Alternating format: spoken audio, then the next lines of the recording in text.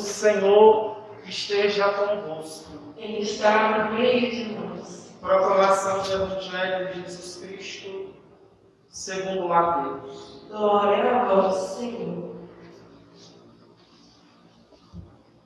Naquele tempo, Jesus contou outra parábola às multidões. O reino dos céus é como um homem que semeou a boa semente no seu campo. Enquanto todos dormiam, veio o seu inimigo e semeou o joio no meio do trigo e foi embora. Quando o trigo cresceu e as espigas começaram a se formar, apareceu também o joio. Os empregados foram procurar o dono e lhes disseram: Senhor, não semeastes boa semente no teu campo? De onde veio então o joio? O dono respondeu: Foi algum inimigo que fez isso. Os empregados lhe perguntaram: Queres que vamos arrancar o joio? O dono respondeu: Não. Pode acontecer que, arrancando o joio, arranqueis também o trigo. Deixa crescer um e outro até a colheita. E no tempo da colheita, direi que cortam o trigo e arrancai primeiro o joio, e amarrai em feixes para ser queimado. Recolhei, porém, o trigo no meu celeiro. E Jesus contou-lhes outra parábola. O reino dos céus é como uma semente de mostarda que um homem pega e semeia no meio do seu campo.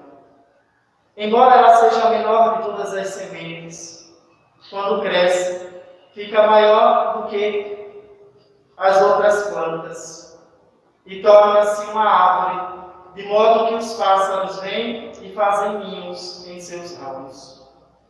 Jesus contou-lhes ainda outra parábola.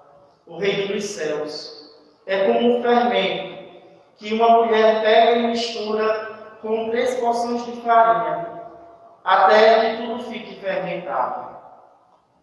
Tudo isso Jesus falava em parábolas às multidões.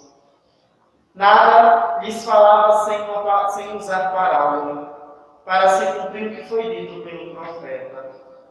Abrirei a boca para falar em parábolas. Vou proclamar coisas escondidas desde a criação do mundo. Então, Jesus deixou as multidões e foi para casa. Seus discípulos aproximaram-se dele e disseram: Explica-nos a parábola do joio. Jesus respondeu: Aquele que semeia boa semente é o Filho do Homem. O campo é o mundo. A boa semente são os que pertencem ao reino. O joio são os que pertencem ao maligno. O inimigo que semeou o joio é o diabo. A colheita é o fim dos tempos. Os ceifeiros são os anjos. Como o joio é recolhido e queimado ao fogo, assim também acontecerá no fim dos tempos. O Filho do Homem enviará os seus anjos, e eles retirarão do seu reino todos os que fazem os outros pecar e os que praticam o mal, e depois os lançarão na fornalha de fogo. Aí haverá choro e ranger de dentes. Então os justos brilharão como o sol no reino de seu Pai. Quem tem ouvidos, ouça. Palavra da salvação. Glória a vós, Senhor.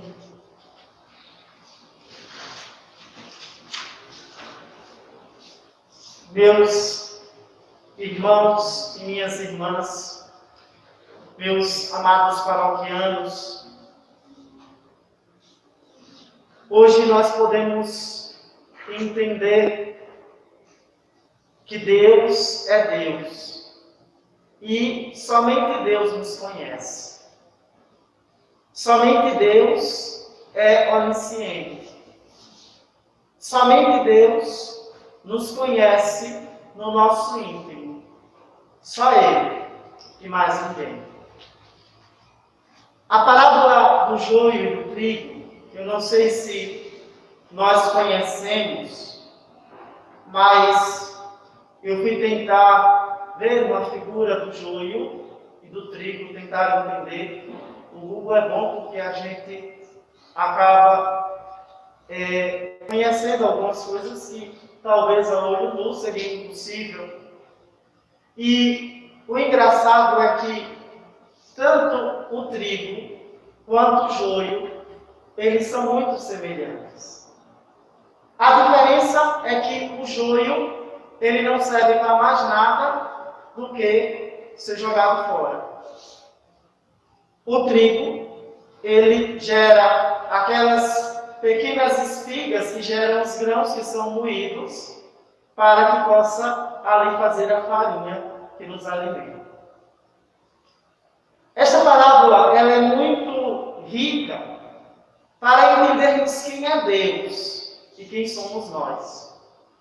Entendermos que, a olho nu, quando nós vemos o broto do trigo que cresce e o broto do joio, nós não conseguimos ver quem é o joio e quem é o trigo, a não ser quando as espigas começam a ser formadas, quando os frutos começam a aparecer.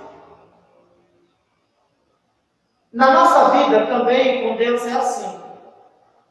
Deus, Ele nos conhece.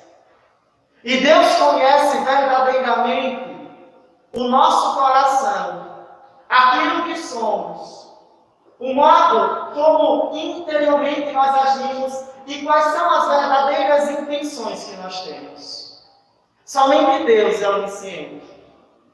E aí nós lembramos daquilo que o diabo é e que Deus também é. Deus é onipotente? É. O diabo também é. Deus é onipresente? É. O diabo também é. Mas a onisciência, isto é, o conhecimento real daquilo que somos e do que pensamos, só Deus conhece. Só Deus e mais ninguém.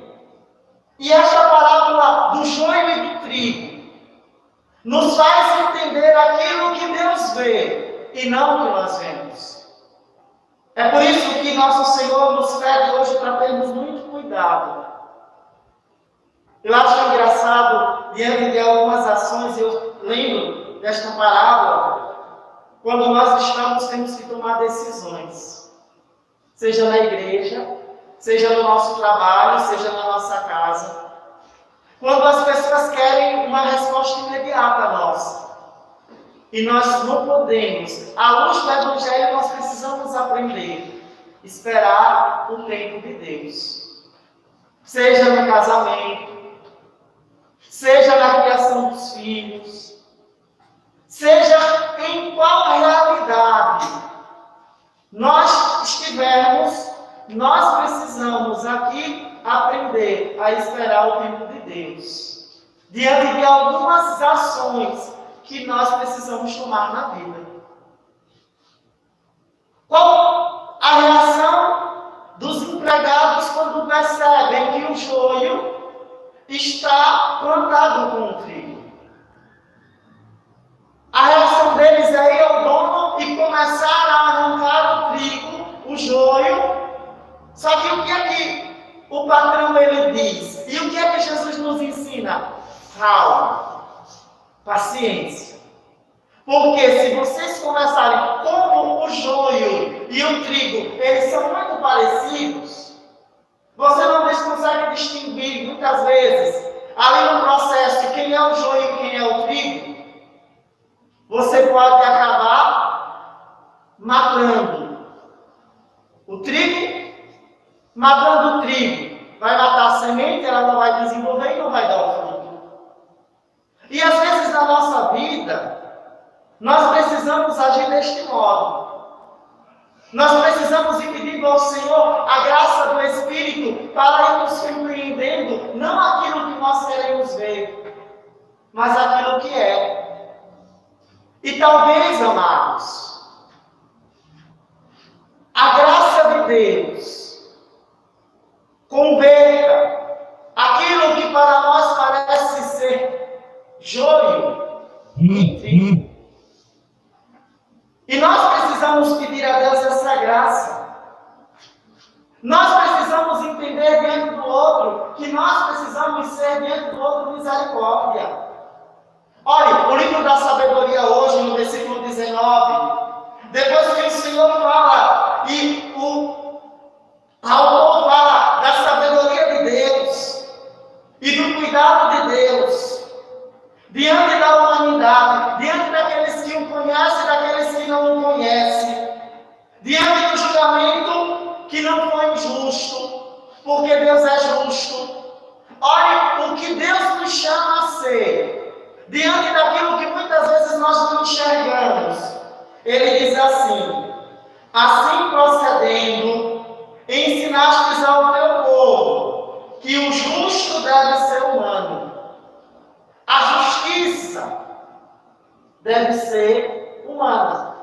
A justiça na nossa vida deve gerar humanidade. E é algo que muitas vezes nós não compreendemos. Quando nós, por exemplo, queremos fazer justiça com as próprias mãos, por que nós não podemos fazer justiça com as próprias mãos? Porque quando nós fazemos isso, nós sobrecarregamos aquilo que achamos que é justo com os nossos sentimentos e ressentimentos e mágoas. E podemos, no outro, jogar uma carga maior do que aquela que é a culpa do outro.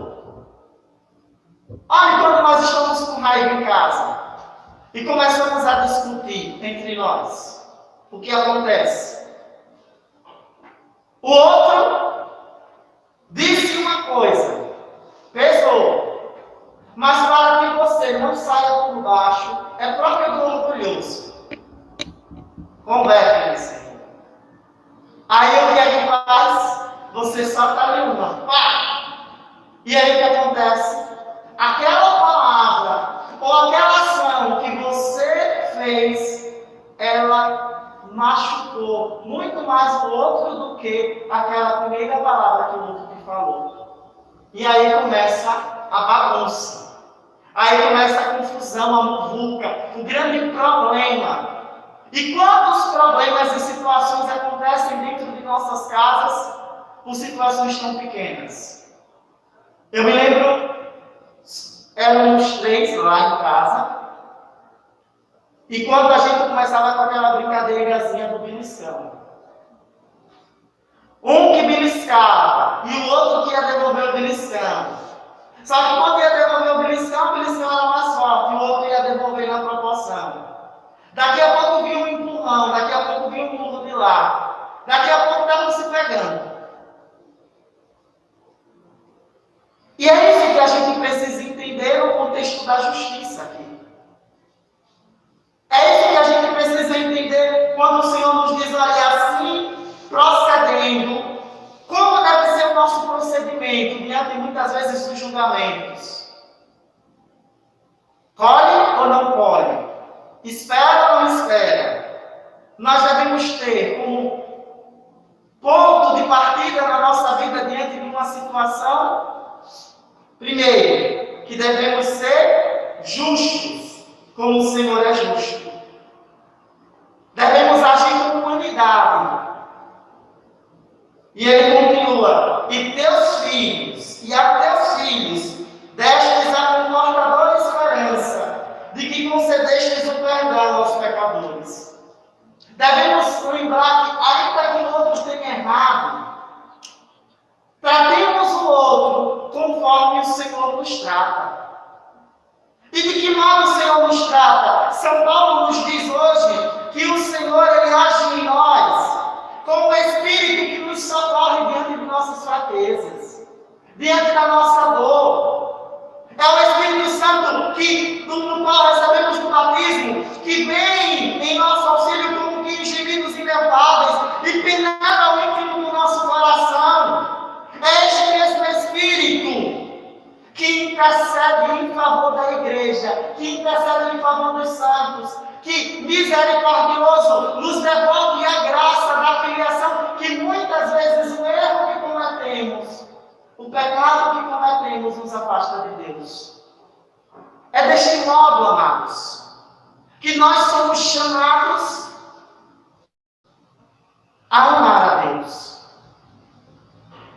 E aí nós devemos lembrar daquelas duas coisas, aquelas outras duas parábolas que o Senhor hoje apresenta ao reino de Deus. O reino de Deus é ainda como uma semente de mostarda. Ele é pequeno, pequenino, que talvez na mão a olho nu seja até um pouco difícil de ver. E na medida que nós entendemos isso, que diante das decisões nós devemos lembrar que nós precisamos ser humildes. E ser humilde aqui não é se humilhar diante do outro, mas é tratar o outro com a dignidade do Filho de Deus. Olha como nós nos sentimos bem quando alguém que muitas vezes tem até alguma influência sobre nós nos trata como pessoa, como humanidade. Às vezes a gente até acha que merece ser tratado com vigor. Até se eu estivesse na condição do outro, eu trataria desse modo. Mas é tão bom quando o outro vem ao nosso encontro e não vem com 7 pedras na mão, mesmo quando humanamente parece que nós merecíamos aquelas pedras. E o que acontece com esta semente que ninguém dá nada? Quando ela é lançada à terra e quando ela morre, ela se torna a maior árvore, a tal ponto que as aves do céu vêm se abrigar sobre ela. E o fermento? O que é o fermento? Se você olha as 3 porções de farinha e o picadinho de fermento, aquele pouquinho de fermento que está na colher, que é jogado na massa, e que você não precisa nem ter muito trabalho, ele se perde na massa, mas ele leveda a massa. E sendo tão pouquinho, mas sendo ele mesmo se perder a essência daquilo que ele é, da bondade de Deus em sua vida, ele consegue influenciar toda a massa e fazer com que ela cresça. Amados, não permitamos que o inimigo ele plante no nosso coração o joio que nos separa do céu. O quanto o inimigo ele semeia o joio e o quanto o inimigo ele investe em nós. A parábola do joio diz que o inimigo ele semeou o trigo enquanto o dono da plantação dormia. Enquanto todos dormiam, ele plantou, ele semeou o quê? O joio. E quantas vezes diante de Deus nós dormimos? Eu não sei se vocês lembram da semana passada, quando o Senhor começou a falar das sementes pelo caminho. Uma das condições para ouvir o Senhor falar era estar de pé. O povo estava diante do mar. Como a multidão era tamanha, o Senhor precisou entrar na barca e da barca, isto é, em meio ao mar, flutuando no mar da morte, o povo em atalaia, de pé, diante do perigo, mas diante do seu Deus, ouvia atento a voz de Deus. Amados, não cochilemos. E este é o convite do Senhor, de não cochilarmos para que o inimigo não semeie dentro de nós o ódio, que muitas vezes nos separa de Deus. Que muitas vezes coloca em risco a nossa vida. Que muitas vezes nos torna injusto diante do outro, mas injusto, antes de tudo, diante de nós mesmos. Peçamos hoje ao Senhor que Ele venha em nosso socorro. Peçamos ao Senhor que nos livre do joio e que não nos tornemos joios na vida de ninguém, para que também no fim dos tempos não sejamos jogados no fogo e percamos a graça do céu. Peçamos ao Senhor esta graça, a graça de hoje sermos cristãos, nos tornarmos mais cristãos, de amarmos a nós mesmos e nos amando compreender o quanto Deus Ele nos ama e o quanto nós devemos amar a Deus e o quanto nós precisamos ir ao encontro do outro. Quem não se ama é porque não conheceu a Deus. E quem não ama o outro é porque não tem a consciência do amor de Deus em sua vida. Peçamos a Deus esta graça. A graça de não olharmos segundo os nossos critérios, segundo a nossa óptica, mas olharmos para o outro, conforme o coração de Deus, que tudo vê, que é onisciente, que é onipresente e onipotente.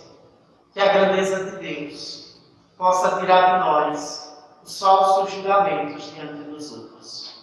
Louvado seja nosso Senhor Jesus Cristo. Para sempre seja louvado.